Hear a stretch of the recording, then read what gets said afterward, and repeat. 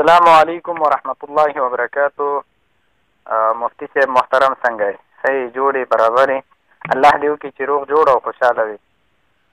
مفتی صاحب محترم، زه رحمت الله اورکزی دا تپوس کوم چې زنانه سرخي ولګوي، آیا په دې سره د زنانه اودس کیږي او که نه؟ د دې مسلې وضاحت وکړئ. والسلام. وعلیکم السلام ورحمت الله وبرکاتہ. ملګری سوال کړی دی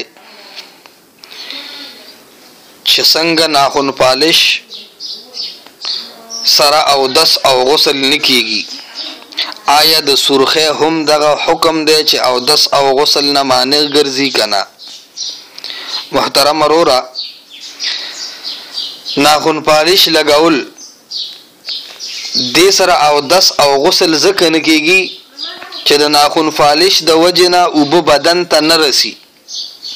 اوس که چېرته کې سرخي د شونډو لګولو سرخي هغې کې هم دا صفت وي چې پخه سرخي وي او یو پلاستیکي پلچ نیسي چې هغې سره اوبه په شونډو وغیره باندې نه لګي او سرمنې سره اوبه نه لګي او دا سرخي په هغې کې رکاوټ جوړیږي، نو د دغه سرخی د لر کولو نه بغیر اودس او غسل نه کیږي.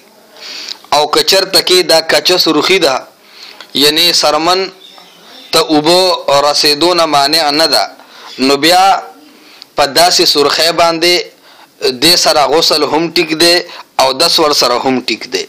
البته که ناخن پالش او سرخي د اودس نه بعد ولګولی شو بیا پې مونځ کیږي، خو چې کله بل اودس کوي بیا به دغه څیزونه لرې کول وي. دې مسئلې دپاره وګورئ آپ کے مسائل ان کا حل، جلد نمبر 2 صفحہ نمبر 76.